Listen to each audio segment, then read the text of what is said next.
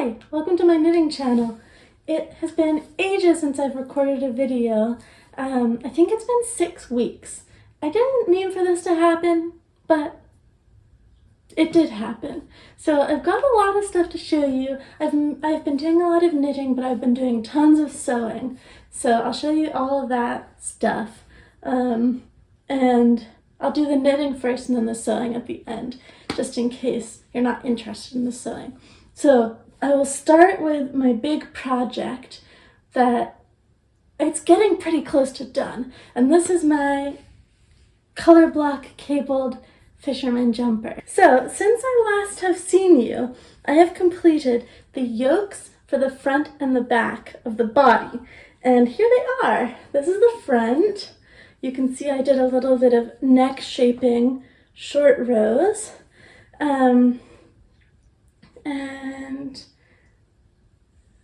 like this. And then this is the back. On the back I did not do any short rows. And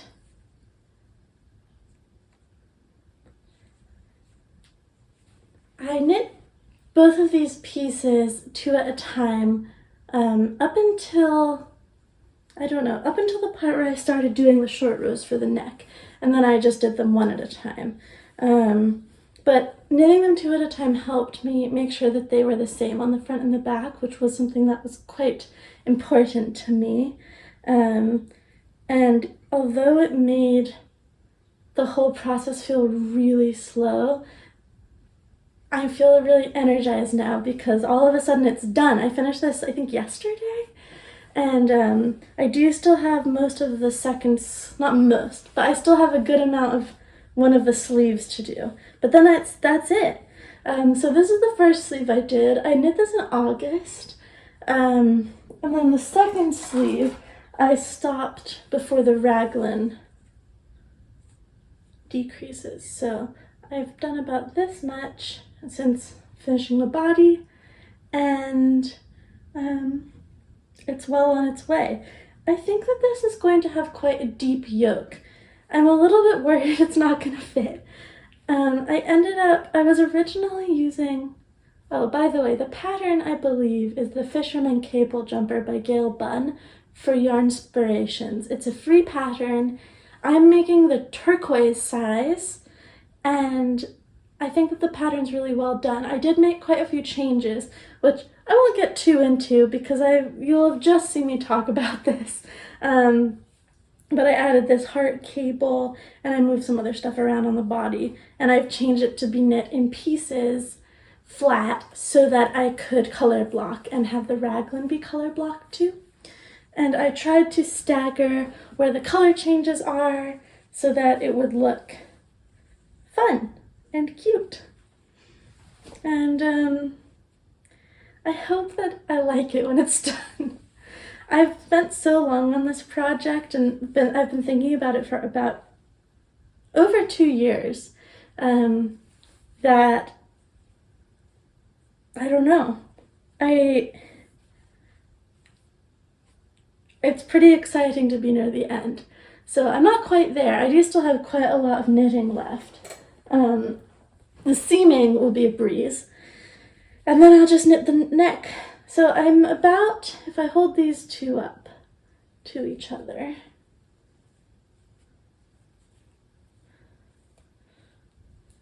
I have about this much left to go.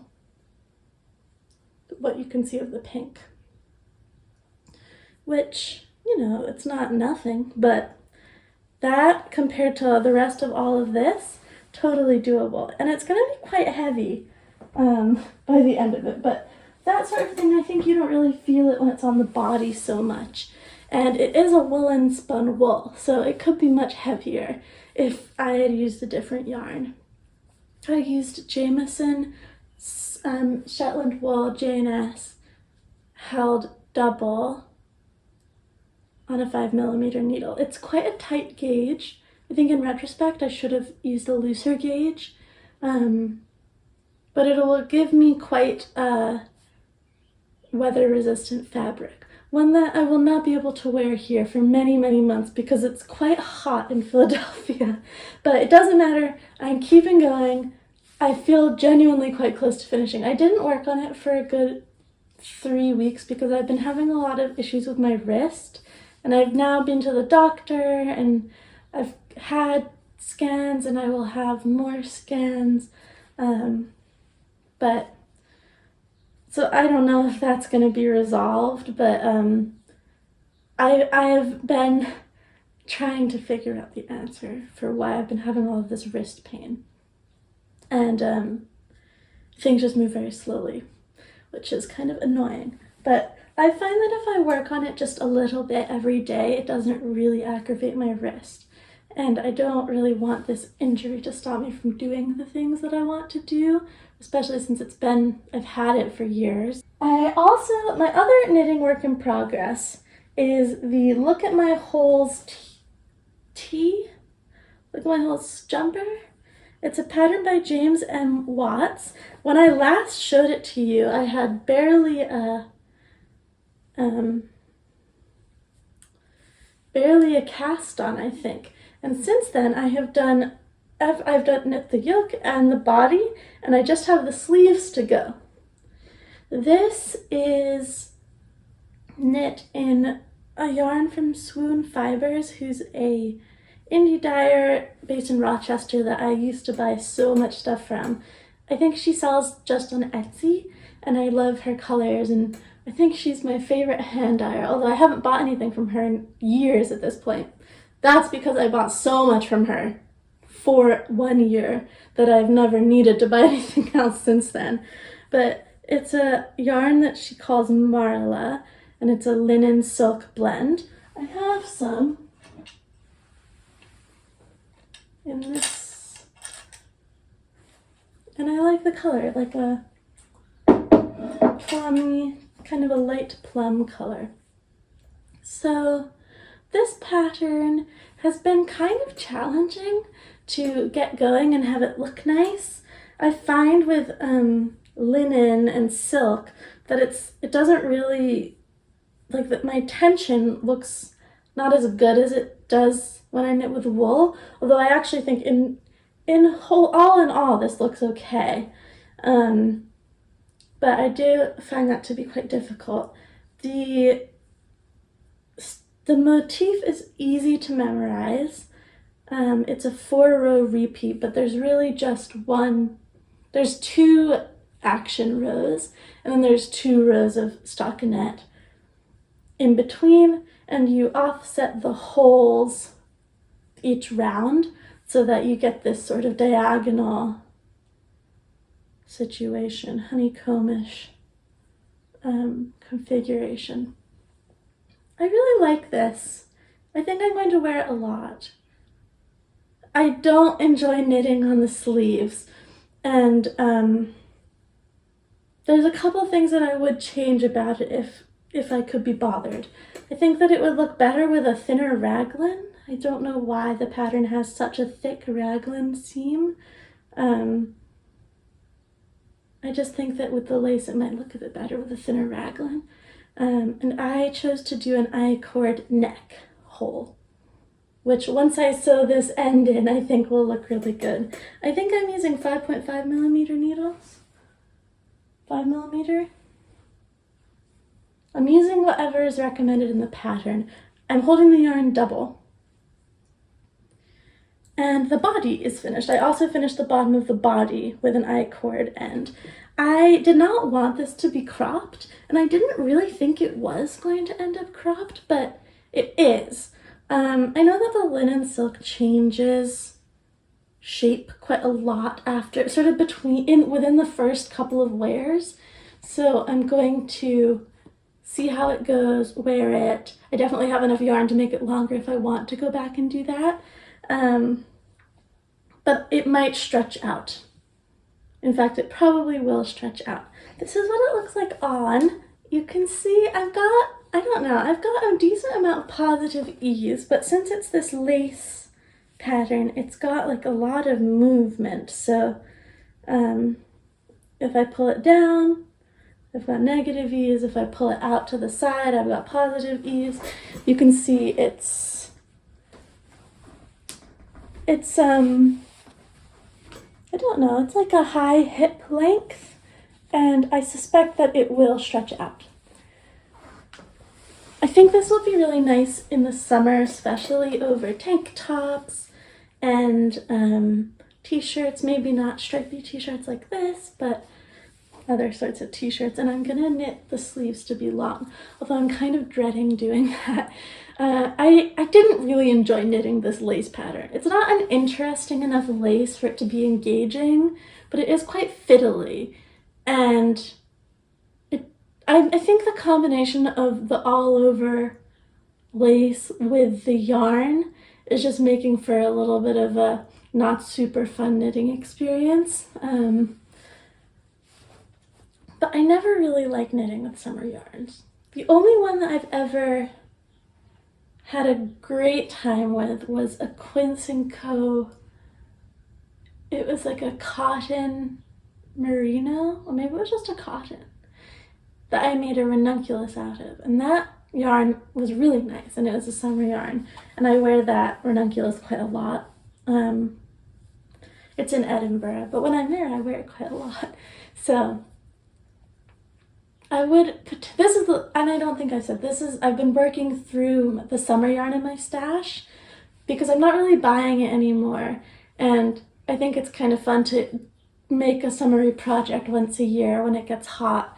And this is the last summer yarn in my stash. So once this is done, next year I'll have to decide whether I want to buy another summer yarn or whether I want to just call it, and instead of working on summer projects in the summer, I'll just continue working on colder weather projects.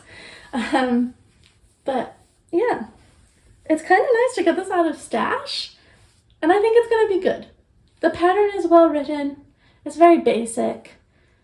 I already said that I don't really like the way that the raglans look, so if I made this again, which I might consider doing, I would probably change the raglan.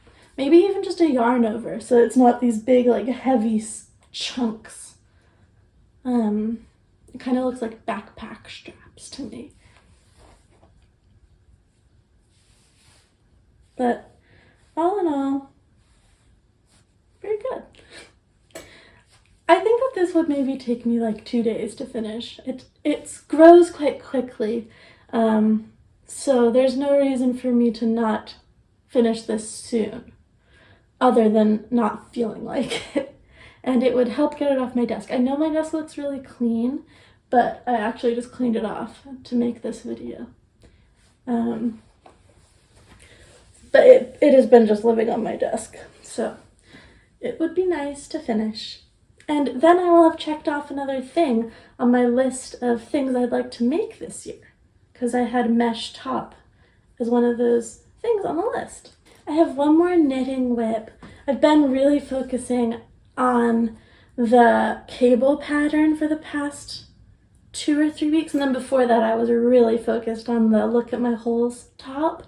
So I haven't really been doing much, like many small projects at all. But last week I'm subscribed to Ailbiona McLochlainn's. I wish I should just like watch a video of hers so I can feel confident saying her name. I love her work. She's a designer. I made the Tulk cardigan.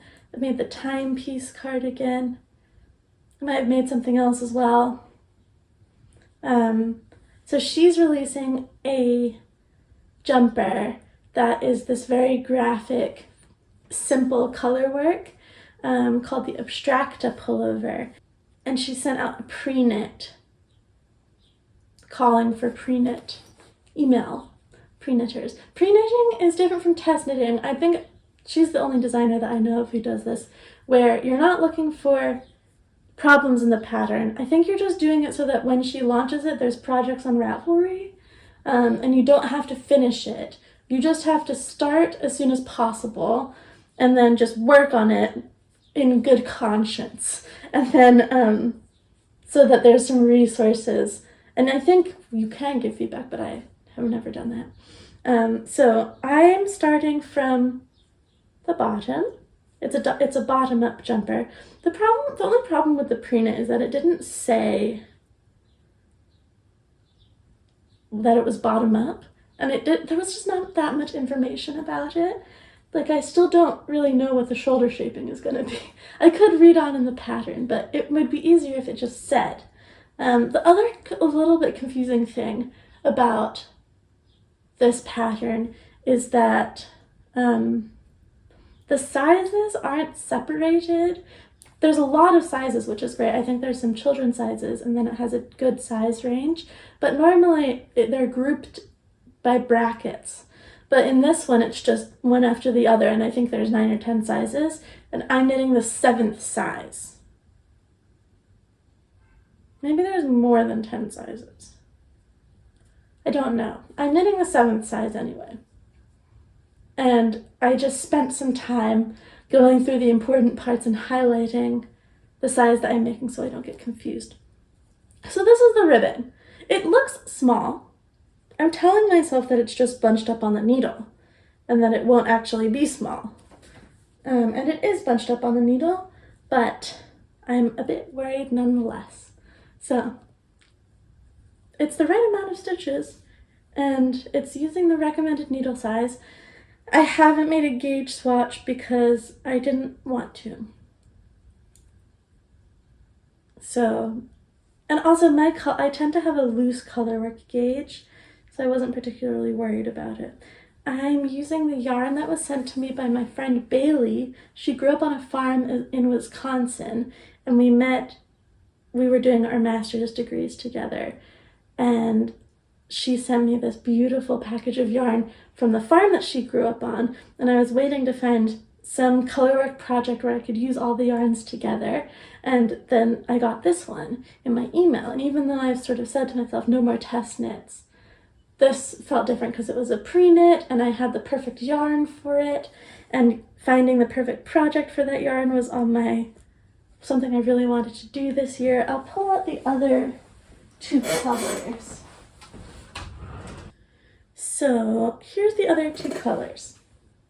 There's this natural black, which is just gorgeous.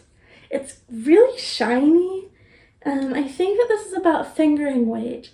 The hanks that she sent me had the length in meters, and then I weighed them, and I used those numbers to try and figure out what weight the yarns are, and they're all different. The white is also gorgeous. It's like really springy, and it's got a little bit of thick and thin sections in it, which I might cut out parts that are like this, but most of them I'll just leave.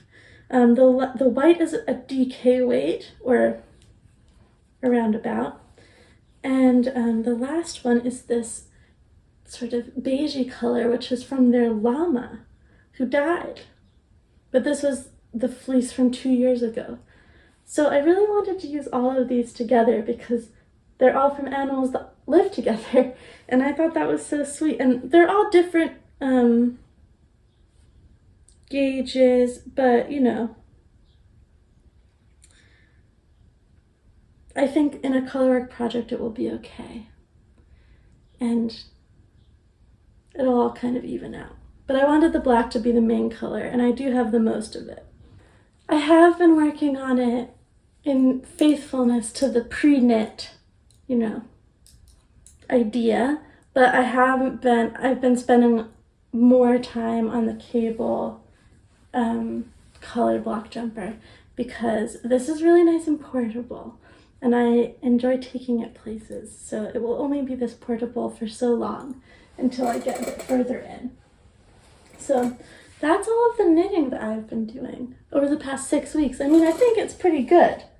It's a fair amount of knitting, but not a lot of different projects. And I still haven't cast on the hat that I am making for my grandmother, but I'll do that soon, maybe once a couple of these are done. I feel like I whizzed through all of that, but that's all my knitting content. It's everything I've been working on, and pretty much my plans. My plans for the next 2 weeks are to I'd love to finish both jumpers, both of the Look at My Holes and the Fisherman color block jumper. That would be amazing. Within the next 2 weeks. I do think that's kind of an ambitious goal. But for the Look at My Holes, all I have to knit are the sleeves. And then I'll do no decreases because that just seems complicated in the stitch pattern. But I'll do an I-cord edging at the bottom of the sleeves. And then for the Honeycomb raglan, I just need to finish that sleeve. I need to seam them all together. And then I need to knit a collar, which I'm going to use this bright red for. I think that will be really nice. It was difficult to choose which side of that jumper would be the front and which side would be the back, but it really just came down to me wanting the pink on the front because I love the pink color. So that was how I decided, although it was not easy. I think that all together it will look really good, but I don't love some of the individual color combinations that are right next to each other. So the one that I chose for the front was the one that I liked more. But I feel pretty confident that as one thing, it's going to be great. I've done a ton of sewing since I last recorded a video, and it's kind of cool because I feel like I've really gotten better, even since 6 weeks ago.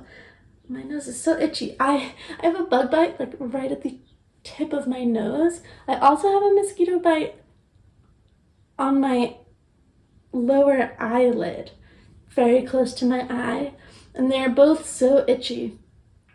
There's nothing I can do about it other than try not to absent-mindedly touch them. And I've also got a bug bite on the back of my heel, right where my shoe would end. And it's been quite rainy, so I've been wearing my flip-flops in the rain to try and avoid aggravating the bug bite with the rubbing of a shoe. At least it's been warm, so I've had wet but not too cold feet. And I think that that'll help the bug bite go away sooner if I don't wear shoes when I'm able to. The last time I recorded, I was in my jeans making class. So I finished that class and I finished my pair of jeans, and here they are. I do have a couple of things that I want to do still to the jeans, but they're wearable and I've been wearing them, which is really cool. The pattern is the Cove Trousers by Dr. Judy, which is a pattern that has these sort of invisible pockets in the side seam. It's a barrel-legged trouser, and it's got a curved waistband. I know it might be difficult to see in the leopard print. I used a jeans button, which I had to hammer in, and yeah. It was very exciting. The class was great. I thought that the teacher was really good. I couldn't have done it without the teacher's help, Elias. But since then, I've made 2 more pairs of jeans, which I have done without anyone's help. So I'll show you those in a sec. But, okay, well, I'll insert a clip now of me wearing these leopard print jeans.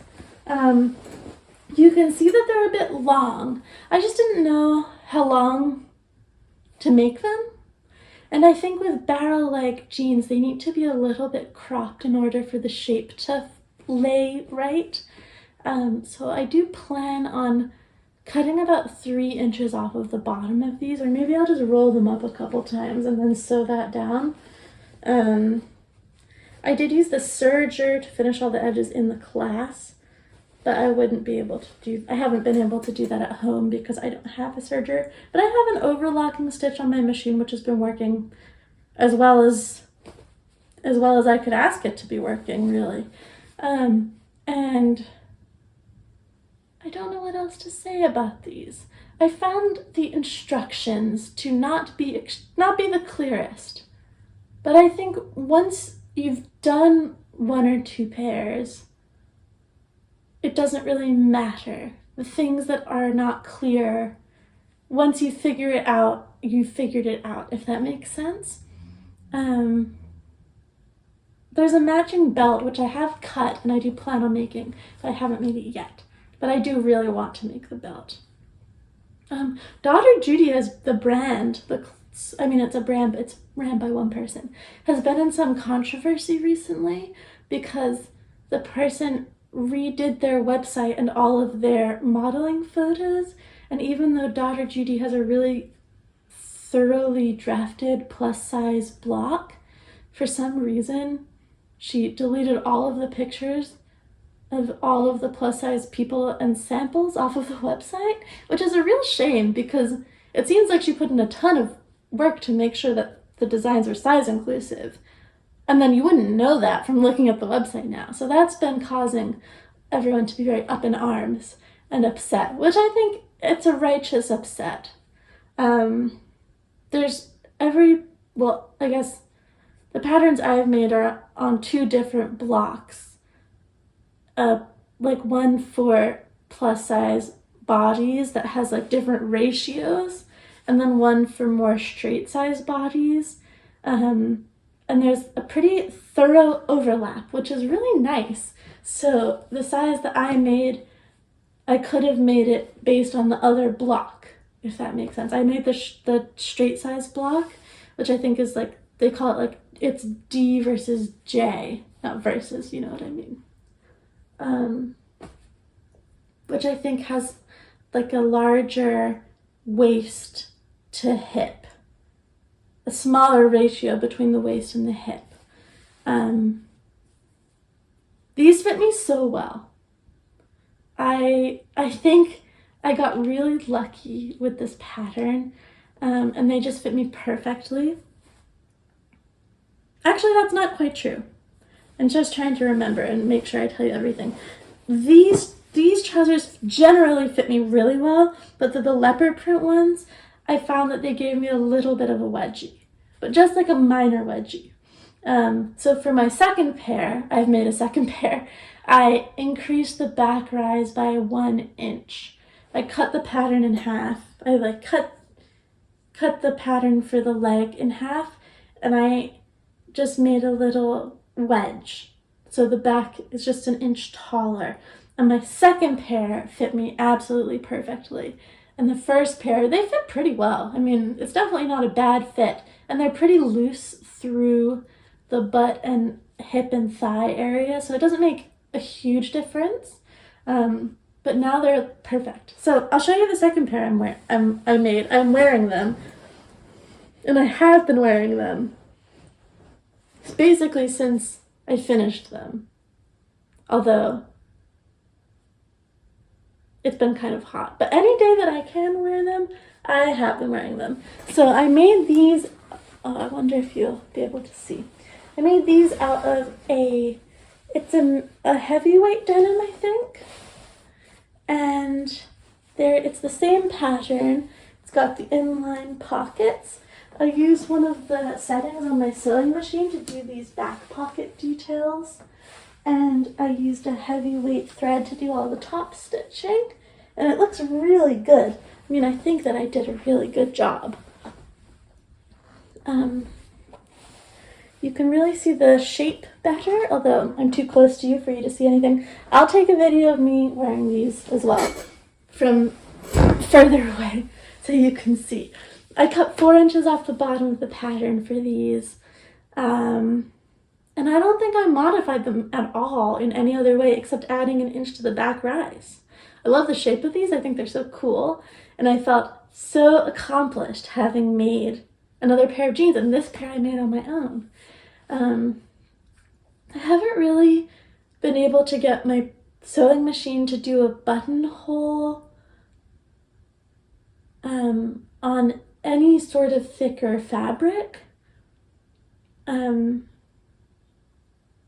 So I don't know, maybe I need to learn how to do a hand-done buttonhole for my thicker fabrics, but I don't know.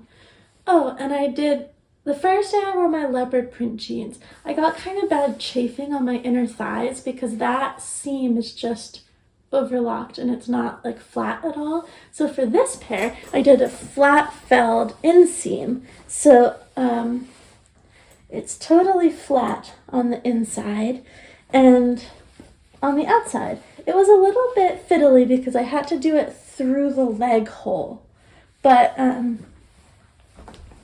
it was doable. And I'm sure that if you're a more accomplished sewer than me, which I'm sure anybody who sews is, I recommend it. It's really cool to be able to make clothing that is good for comfort, and also just fits so well. It's like so exciting to me. So because I was really excited by that, and oh, the other thing I want to say is I think I made this out of 2 meters of fabric. I did not buy enough. I think I bought fabric intending to make shorts, but then when it arrived I really wanted to make jeans, because making a pair of shorts is like 90% of the work of making a pair of jeans. Everything that is hard about jeans you have to do in shorts. Making the legs longer is easy. That's trivial. So I haven't made a pair of shorts because I don't know if I want to undertake that amount of work, just for not even long trousers. Maybe I will want to when it gets a bit, when I'm faced with the realities of summer, but you know. I think the only thing that didn't go well was I overworked the zipper a little bit because it was just complicated and I couldn't figure it out, and I unpicked it a bunch of times. So I have this little tuft. Can you see? I have this little tuft of frayed edging where I guess like I just worked it too much and it's sort of fraying. But I have just washed these for the first time. So I think I'm just going to color that in with like a Sharpie, dark blue, and see where that leaves me. And then I won't trim it down, but if the Sharpie trick doesn't work, I will trim it down. But other than that, they're wonderful and I love them. And I have made a third pair of jeans, so let me grab those.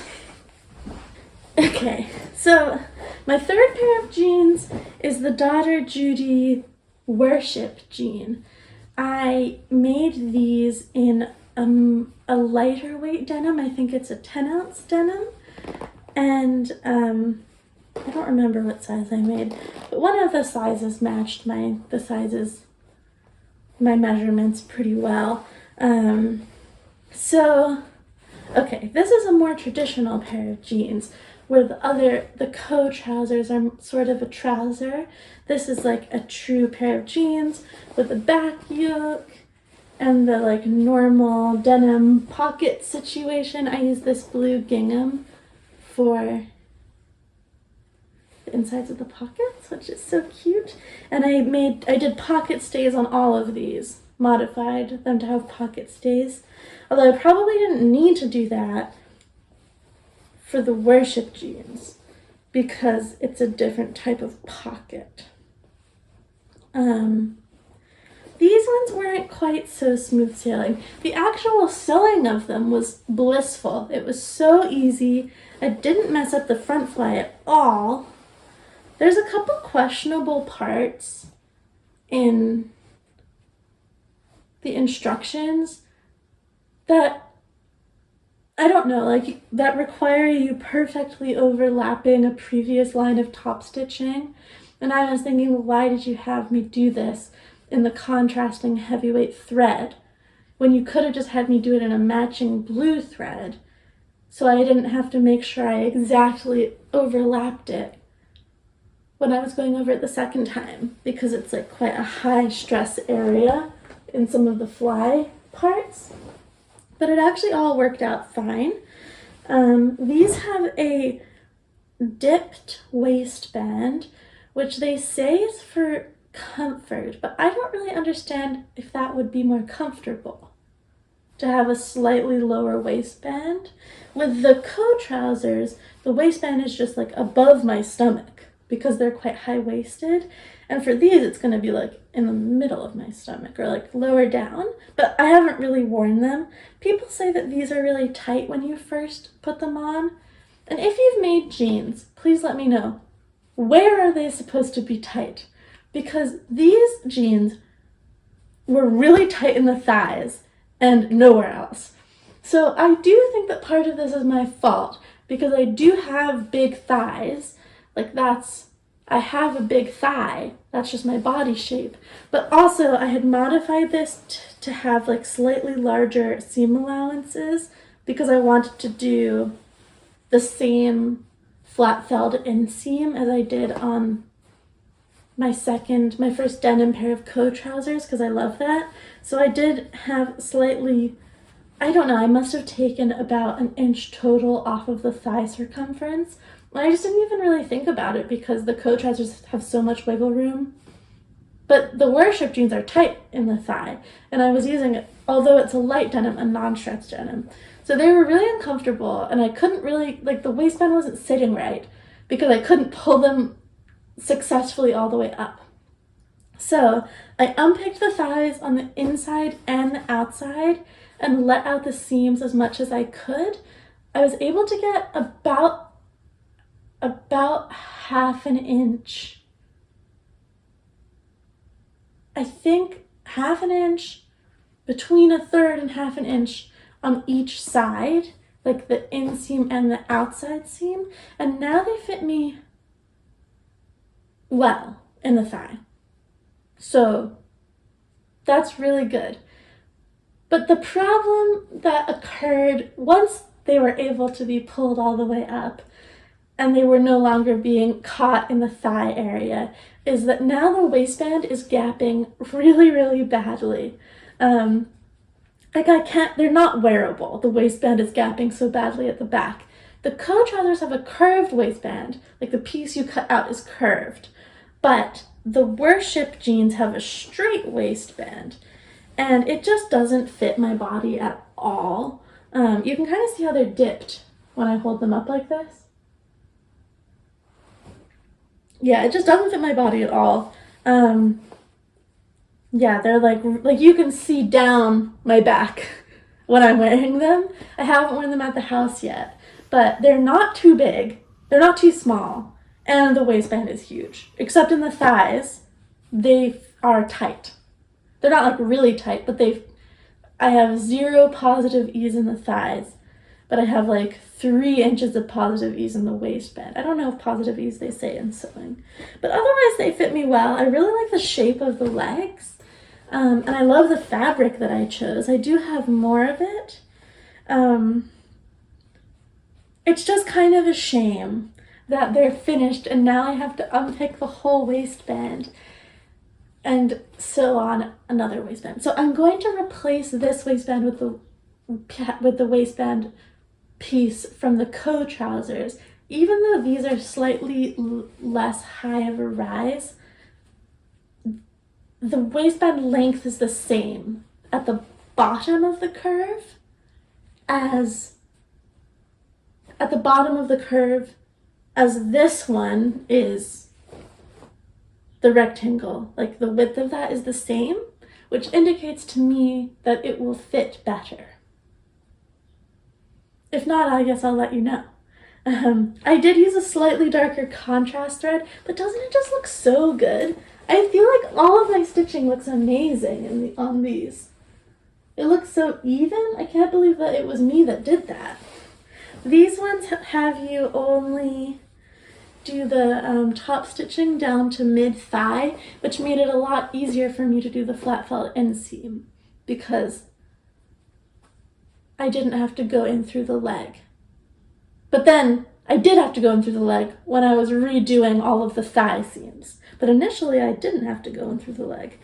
Since the fabric is a lot thinner, my machine actually could do a buttonhole on the waistband easily. It was a breeze. I do need to, well, I guess I don't need to trim this down because it's going to get thrown away.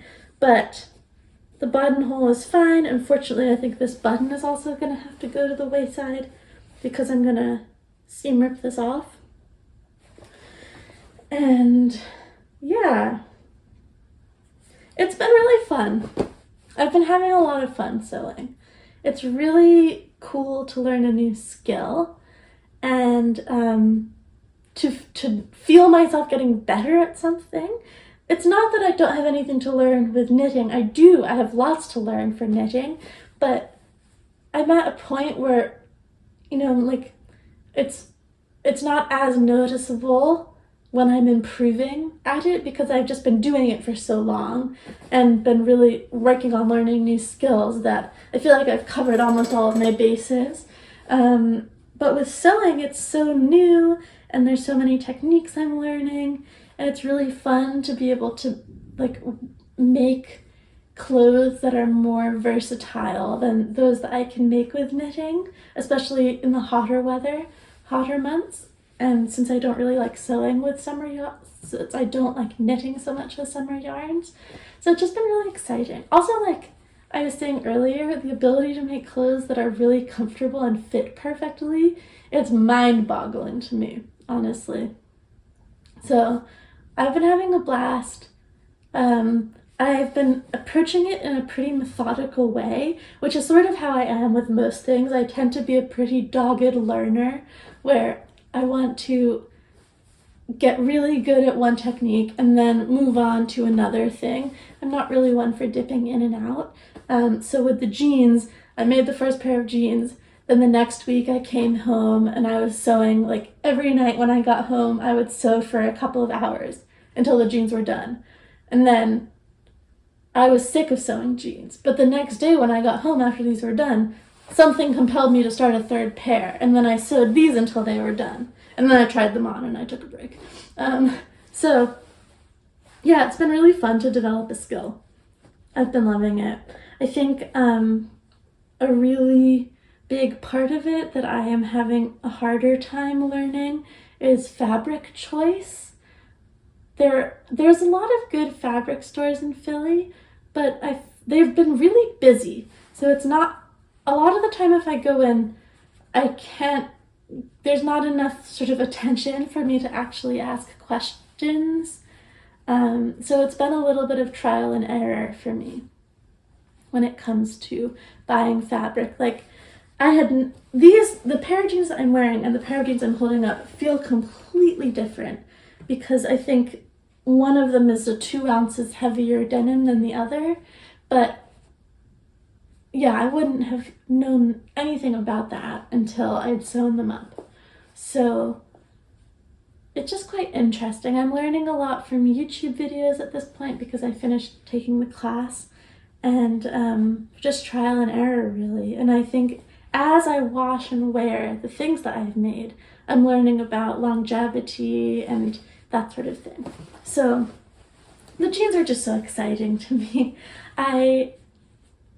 I'll fix these. Now I kind of wanted to record this video before I ripped out this waistband so that I could document this learning process. And I will have put in a clip of me trying on the jeans with the waistband that don't fit. The waistband that doesn't fit. The jeans that don't fit. And then I can start ripping it out, which is not going to be that much fun. But it will be cool to have it finished. I've got some more fabric to make more, not jeans, I don't have any more denim, but I've got some fabric to make some more sort of trousery things with. I've got some white canvas that I think should be nice. I had bought secondhand a white canvas pair of my favorite Madewell jeans that they don't make anymore, and the package was stolen from my door while I was watching, and no one else is selling these jeans online secondhand, and they don't make them anymore. So now I've decided that I just have to make them myself if I want this white pair of jeans. It's not like bright white, it's an off-white. But I should stop talking about this. I feel like I've been rambling on for too long. So next I will tell you about my other sewing learning endeavor, which I started once I had finished this pair of jeans, which was sewing with jersey. I've been trying to make t-shirts. It's been going moderate degrees of successful. So I'll show you the t-shirts I've made.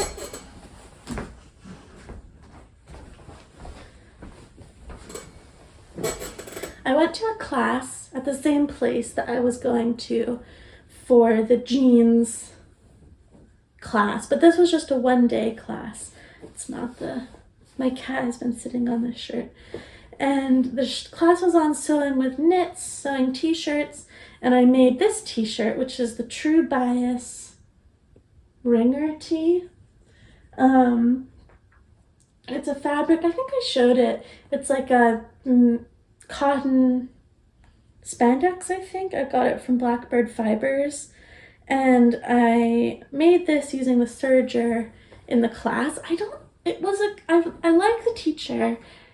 I don't think it was a class where I learned a huge amount because I still can't really make a t-shirt. I've been trying, and I will show you my attempts, but it's been a lot of trial and error. It was mostly a class on how to use the serger, but I don't have a serger. So I wish that I had learned how to sew with knits on my machine, or like tips on sewing with different types of knits. And I think that part of my frustrated experience has been I didn't know what I was looking for when I was buying the fabric. So some of the fabrics I bought were really stretchy, so everything I sew is puckered. I just don't know how to make it not puckered. I guess with a serger it wouldn't be, but I don't have a serger. Anyway, I'm talking in circles. It was an interesting class. I made this t-shirt. It's kind of small. I'll put it on so that you can see. So it's a pretty cute t-shirt. It's cropped. The original pattern has arm cuffs, but mine just looked bad. And I changed it so that it wasn't so skin tight at the waist. Like the pattern has a quite severe curve, and I just didn't want that. That's not what I wear a t-shirt for. So I changed it so that it was kind of just straight down at the waist. And then once I got home, I wore it once or twice, and my hemming seam was unraveling. So I decided I would take the armbands that I didn't like off and just put a lettuce edge on all of the edges, which worked well. And I do think it's a cute t-shirt. Now I would wear it and have been wearing it. So I had bought 3 fabrics from Blackbird Fabrics to practice making t-shirts with. So this was one of them. I think I bought like 1.5 yards of each of them. So I came home and I wanted to try again, and I made this t-shirt. This is a polyester, they call it like a ripple rib. I had a lot of difficulty sewing with this. Everything I did was making it pucker, and I was just sewing and then unpicking and then sewing and unpicking. And eventually I found a zigzag width and length that wouldn't pucker. So I used that to hem the sleeves, and I was trying to tack down the neckline, but everything I was doing was making it pucker. And I just gave up trying to tack down the neckline. But yeah, so I hemmed the sleeves and the bottom with this zigzag. And my machine has what I thought was the all-purpose overlocking stitch is actually a stretchy overlocking stitch. So I used that to attach the neck. I don't know why that didn't make the neck pucker, because every time I tried to use that anywhere else it puckered. And then for the shoulder seams, I used a twin needle, but that made it pucker, and I had to rip it out. And then I put a piece of washi tape over the shoulder seam, and I sewed over the piece of washi tape, and then with great difficulty picked it off in pieces. And that left me with seams that only puckered a little bit. For this one, I also added an extra 2 inches to the body because I wanted it to be much more relaxed, and I made it less cropped than the one that I'm wearing now.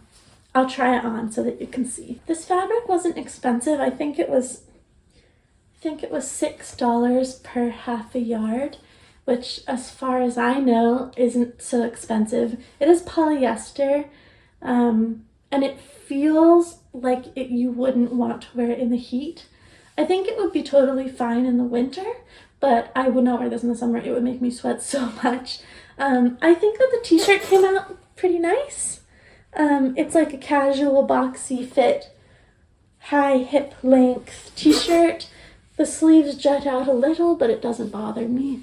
And I have enough of this fabric to make another one, but I don't need another one, so I'm going to make it for a friend who came over and they said they really liked the t-shirt.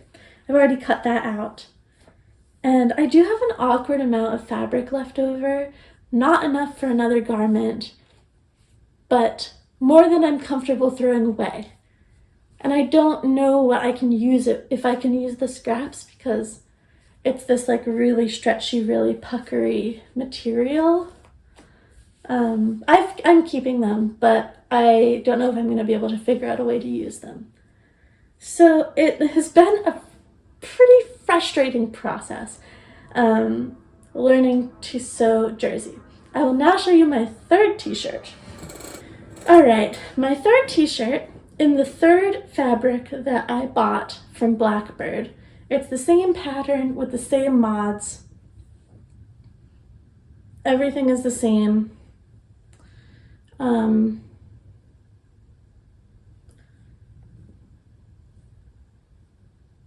I don't really have that much else to say. This is a viscose or a lyocell, I don't remember. And this one also was just puckering. It's really stretchy. This one actually didn't pucker as badly as the next one.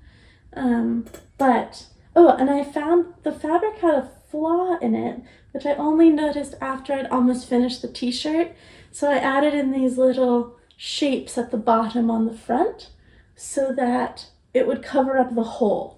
And the hole was like right here. I'll put this one on. This fabric feels really nice. It's very soft and like flowy. It was hard to sew with. I did not enjoy it at all.